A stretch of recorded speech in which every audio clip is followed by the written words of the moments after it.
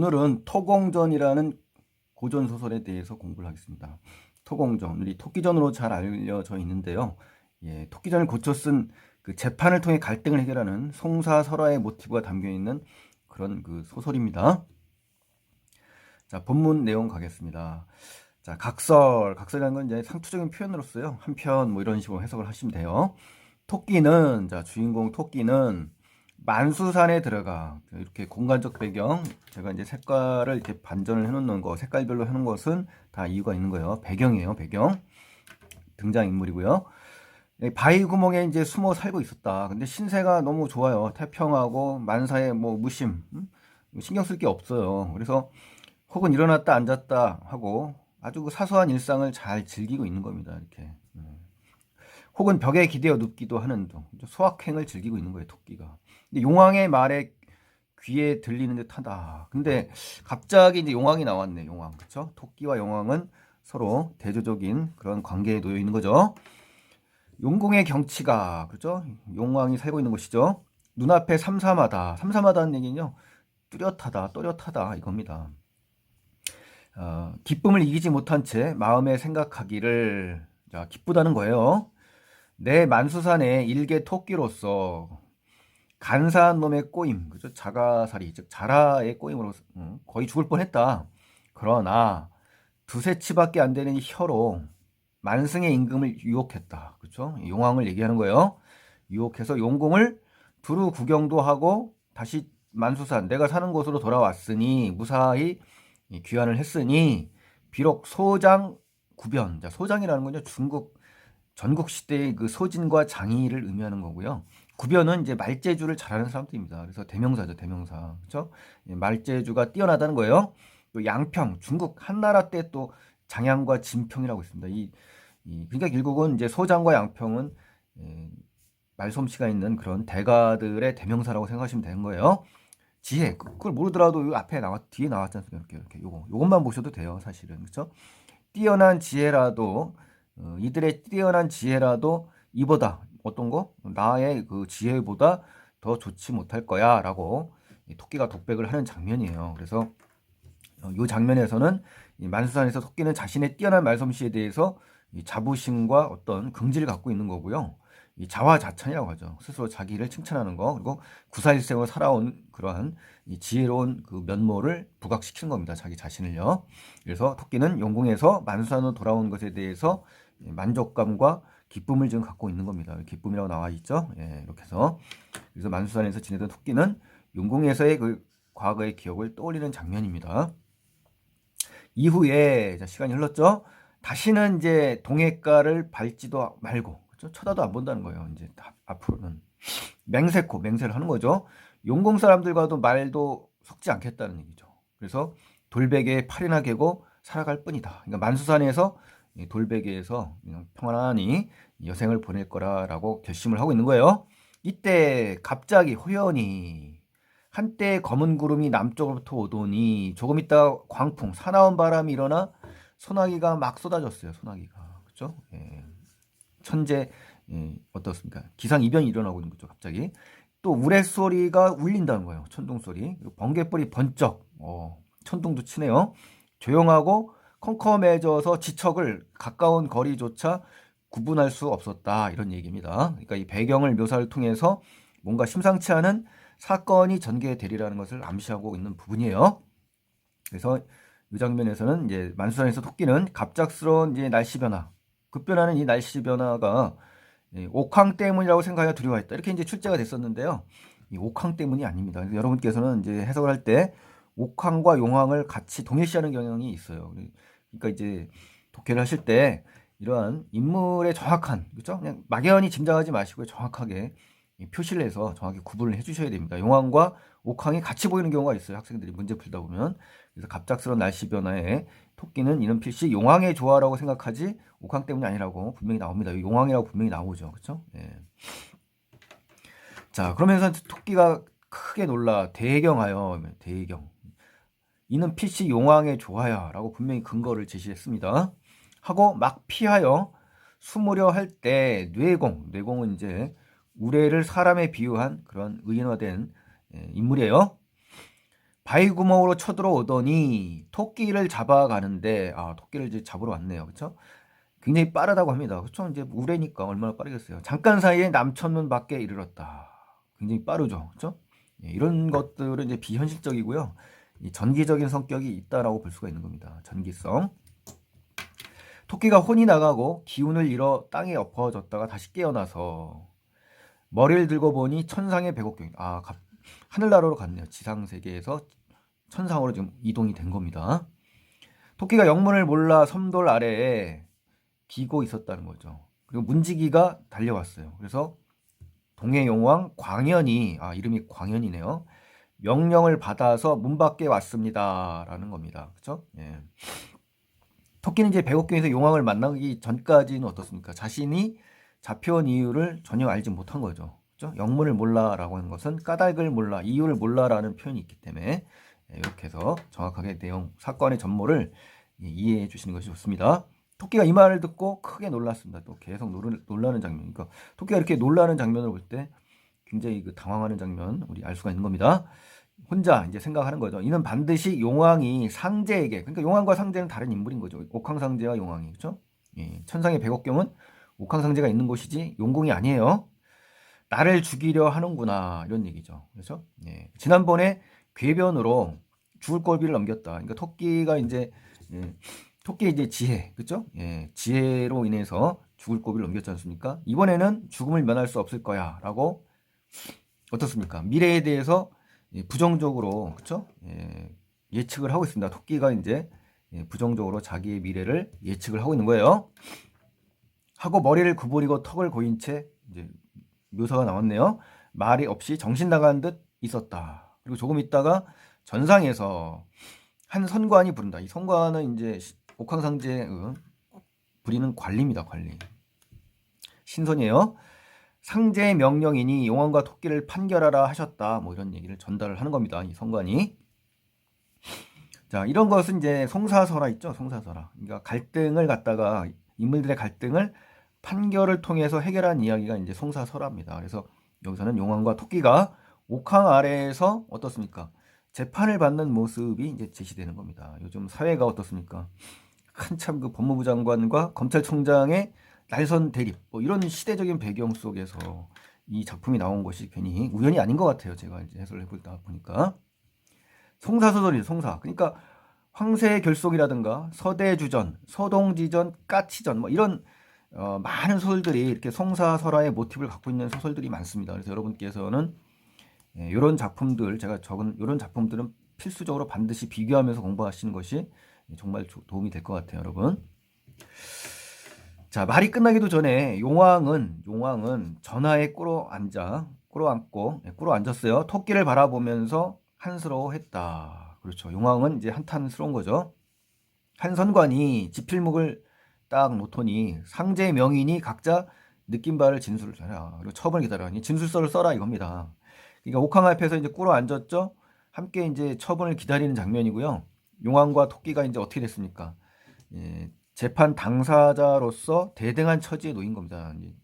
어떤 왕과 토끼의 관계가 아니라 재판 당사자로서 옥황상제의 판결을 기다려야 하는 대등한 위치에 놓여 있다는 것까지 기억을 하세요. 자, 두 번째 페이지입니다. 용왕이 붓을 잡고 진술하는데 그 대강은 이러했다. 자, 용왕의 진술서입니다. 한번 보실까요? A입니다. A. 용왕의 진술서. 자, 소신은 모든 관리들의 장으로서, 우두머리로서 직책이 사해의 우두머리다. 구름과 안개를 일으킨다. 변화를 부리고 조화를 부리는 거예요. 하늘에 오르내려 비를 내린다. 삼가 나라의 신을 받들어 아래로 수많은 백성을 훈육한다. 교육한다. 감히 어리석은 정성을 다하여 임금님의 은혜에 보답하여 왔다. 그러니까 자기는 그만큼 자기의 본분에 직분에 어떻다는 겁니까? 충실히 수행을 하고 왔었다. 충실하게 성실히 직분의 임무를 다 해왔다는 얘기입니다. 근데 병이 깊었다. 그래서 몸이 너무 위태로워서 바늘방석에 앉을 듯하고 100가지 약이 효용이 없다. 그러니까 목숨이 조석에 달렸다. 이제 아침 저녁에 달려있다. 몫이 위태로운 그러한 그 위중한 병에 걸렸다는 얘기입니다. 그러나 삼신산이 아득히 멀고 선약을 어디서 구하며. 선약이라든가 이 30년은요 도교적인 그 성격이고요. 불로초 있죠, 여러분. 그 불로초라든가 명약이 있는 곳이에요. 어디서 구하며 또 편작과 이 도사. 그러니까 편작이라는 거는 중국 전국 시대의 그 명의입니다, 명의. 그리고 양이라는 거는 이제 뛰어난 의사를 양이라고 합니다. 그래서 아무리 훌륭한 약도 어디서 구하며 훌륭한 의사가 또 나오지도 않는다. 그러니까 어떻다? 도사의 말을 들을 수밖에 없다. 이 도교적인 측면이 강합니다, 우리 도사. 그래서 만수산에서 토끼가 사는 곳이죠. 토끼를 얻었으나 마침내 그 간교한 꾀에 빠져 후회한들 무슨 소용이 있겠습니까마는 세상에 놓쳐버렸으니 다만 속수무책일 뿐입니다. 속수무책이라는 것은 어찌할 방도가 없이 꼼짝 못하는 그런 상황을 제시하는 겁니다. 오늘 이렇게 다시 와서 배우니 굶은 자가 밥을 얻은 듯하고 온갖 병이 다 나아 고목에 꽃이 핀 듯합니다. 이제 비유를 쓰므로써 희망적인 그런 모습을 지금 보는 겁니다. 토끼를 보면서 놓친 토끼를 다시 만났으니까요, 그렇죠? 엎드려 바라옵건대 전하께서는 제왕께서 작은 것을 가지고 큰 것을 바꾼 인자함을 본받아. 그러니까 요 말을 근거로 자기의 말을 받아달라는 거네요. 소신의 병으로 죽게 된 목숨을 구해주세요. 죽게 될 목숨을 구해달라 하고 가엾고 불쌍히 여겨달라라는 말로 했습니다. 이 용왕의 말하기 방식을 정확하게 기억을 하셔야 됩니다. 이 토끼의 말하기와 비유하는 문제 잘 나옵니다. 토끼가 이제 어떻게 말하냐면요. 진술서에서 보세요. 소신은 이제 만수선에서 태어났어요. 그리고 여기서 자랐어요. 오로지 성명은 이제 목숨입니다. 목숨을 산중에서 다하였을 뿐 세상에 출세함을 구하지도 않았다. 나는 뭐 세상에 이름을 날리고 뭐 출세하고 부귀공명을 원하는 사람이 아니었다 이거예요. 수양산에서 고사리 캐먹다 죽은 백이의 높은 절개를 본받고, 백이숙제 아시죠? 백이숙제. 수양산에서 고사리를 캐먹다 결국은 지조를 지키면서 죽어간 그런 사람들입니다. 본받는다. 그러니까 중요한 건 절개를 본받는다. 요것만 아시면 되잖아요. 그렇죠? 또 동고에서 시를 읊은 도자매 기풍을 또 따랐다. 그렇죠? 기풍과 절개를 갖고 만수산에서 살았다. 이렇게 정리하시면 되겠네요. 근데 아침에 산에 올라갔는데 고라니 사슴들과 짝하여 놀고 있었어요. 그리고 밤에는 월궁에서 상아, 즉 선녀의 전설 속의 성녀, 달입니다. 달. 함께 약방아를 찧었습니다. 우리 토끼가 우리 달 안에서 방아 찧는 거 아시죠? 그걸 얘기하는 거예요. 그런 동안에 세상 사람들에게 해를 끼치지 않았는데 어찌하여 용왕에게 원망을 사서 결박당하고 섬돌 아래 놓이니 절인 생선이 줄에 꿰인 듯하고. 자, 이건 비유죠, 비유. 절인 생선이 줄에 꿰인 듯하다. 절인 생선 누구예요? 토끼죠, 토끼. 전상은 이제 전각이나 궁전의 위를 얘기하는 겁니다. 거기서 호령을 하니 뜨거운 불바람이 부는 듯합니다. 라고 합니다. 그러니까 비유적인 표현을 써서 자기의 처지를 지금 제시를 한 겁니다.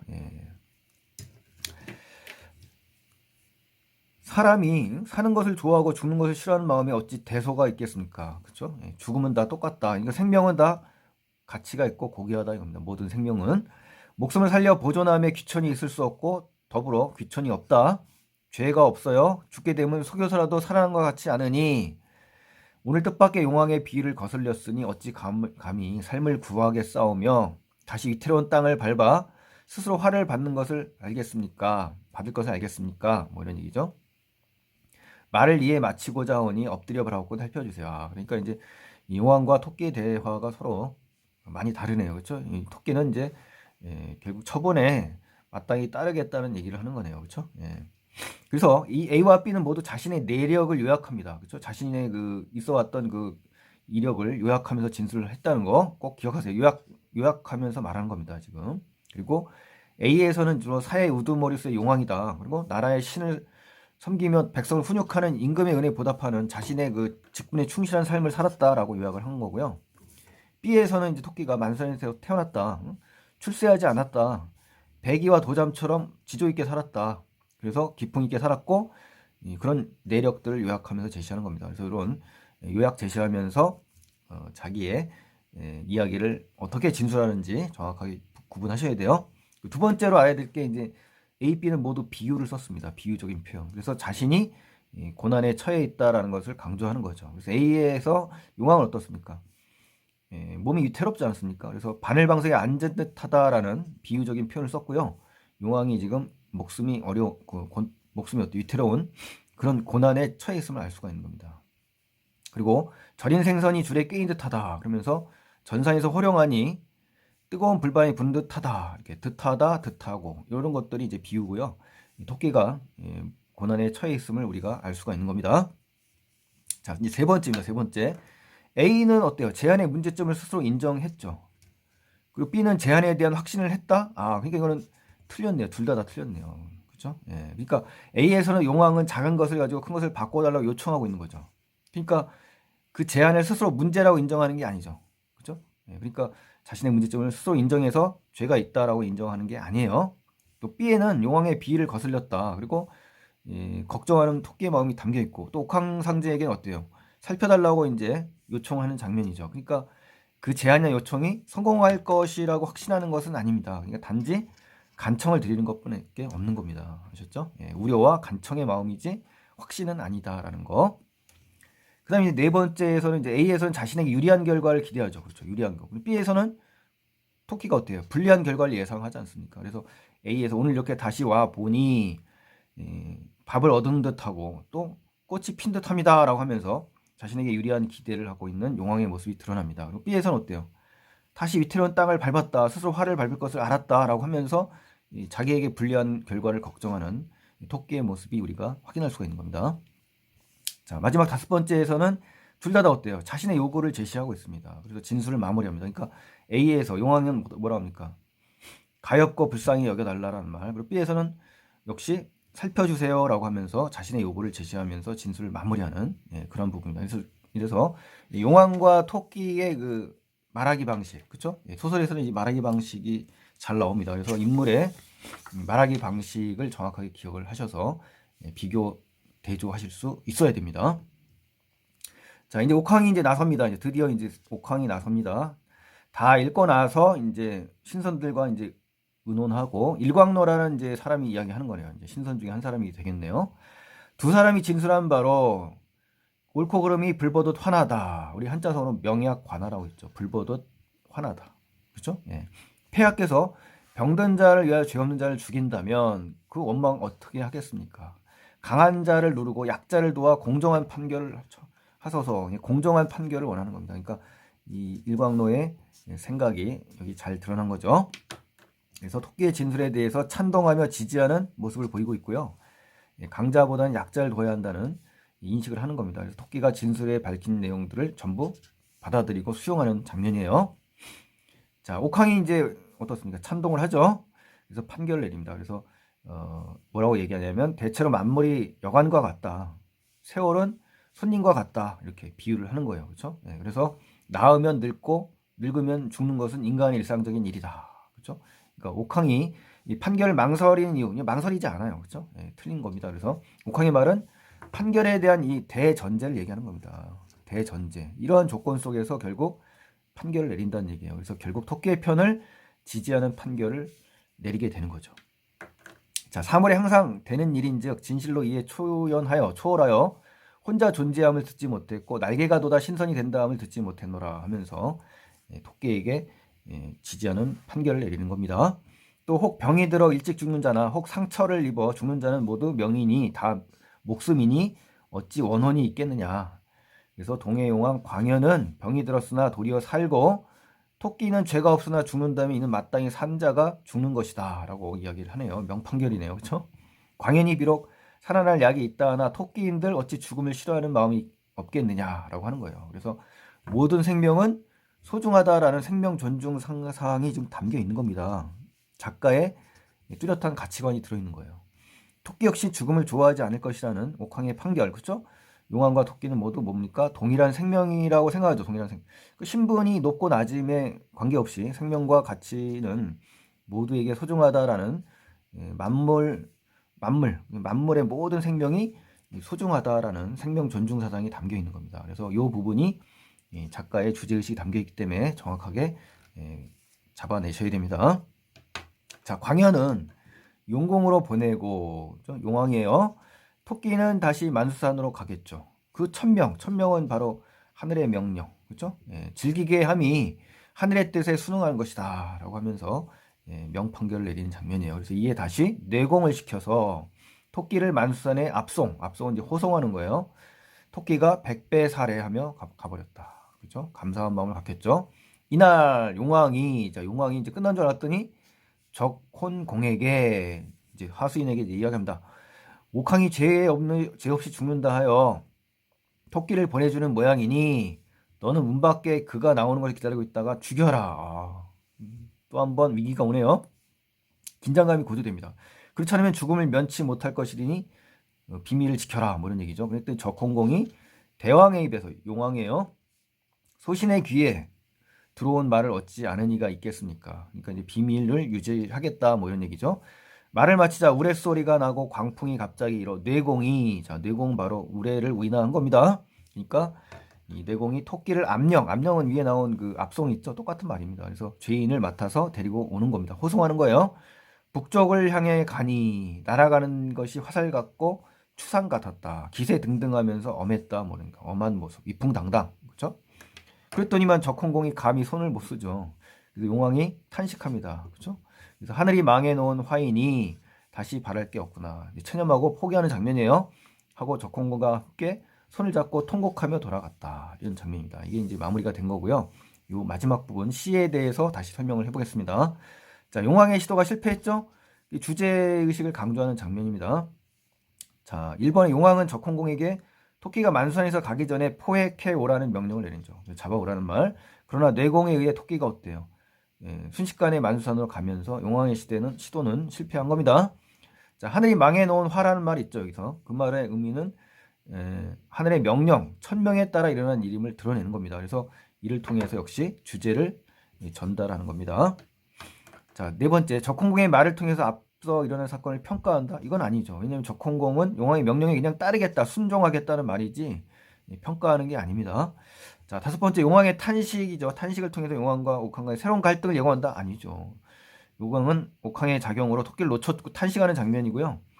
용왕과 옥황의 지위는 천명에 의해 구분되는 겁니다. 그래서 통곡하고, 그렇죠? 실패를 이제 인식하고 돌아간 뒤에 용왕과 옥황과의 새로운 갈등을 예고하는 건 아닙니다. 그냥 실패했다는 거에 대한 한탄입니다. 자, 여섯 번째, 뇌공에 의해 공간이 전환됐죠. 공간적 배경이 사실성을 강조했다. 이건 아니죠. 사실성은 아니고 토끼는 뇌공에 의해서 만수산을 빠르게 이동한 거고요. 과장과 비유가 쓰인 거죠, 오히려. 자, 용왕의 지시를 따르지 않는 적홍공의 반응을 제시하여 자, 용왕의 지시를 따르려 했습니다. 하지만 뇌공에 의해 실패한 것이지 명령을 따르지 않은 것은 아닙니다. 이 적홍공이. 자, 그래서 여기까지 이제 전체 내용이고요. 핵심 정리로 들어가겠습니다. 핵심 정리 가시면 한문 소설이고 판소리계 소설입니다. 신분의 차이를 초월한 생명의 가치를 소중히 여기는 것이 이제 핵심 내용이고 1700년대 중반의 시대는 이제 볼 수가 있고요. 성격은 우화적이면서 풍자와 비유가 들어 있습니다. 교훈적인 내용도 들어가 있고요. 자, 설상 특징에 가시면 우리가 알려진 토끼전을 한문으로 개작하는 과정입니다. 그래서 송사설화의 모티브를 그대로 차용을 했고요. 이 새로운 이야기가 이제 후반부를 이제 채우게 된 겁니다. 그래서 후반부의 중심 내용은 바로 토끼를 놓친 것을 이 용왕이 알았죠. 그리고 옥황상제에게 글을 올려서 토끼를 다시 용궁으로 보내달라고 간청하는 장면입니다. 그래서 이에 옥황상제는 두 사람을 불러들여서 판결을 내리게 되는 거예요. 자, 토끼전의 새로운 결말을 보여주는 이 토공조는 토끼전의 주제가 얼마나 다양한가를 보여주는 거죠. 이본도 많고. 그래서 국문소설이 한문소설로 개작되면서, 그렇죠? 국문이 한문으로 개작되면서 어떻게 확장되는지를 잘 알려주는 그러한 측면에서 아주 중요한 소설입니다. 또 토끼전을 고쳐 쓴 이 한문 소설이 여기 있죠. 재판을 통해 갈등을 해결하는 송사설화의 모티브. 자, 잘 아셔야 돼요. 그 다음에 용왕과 토끼는 어때요?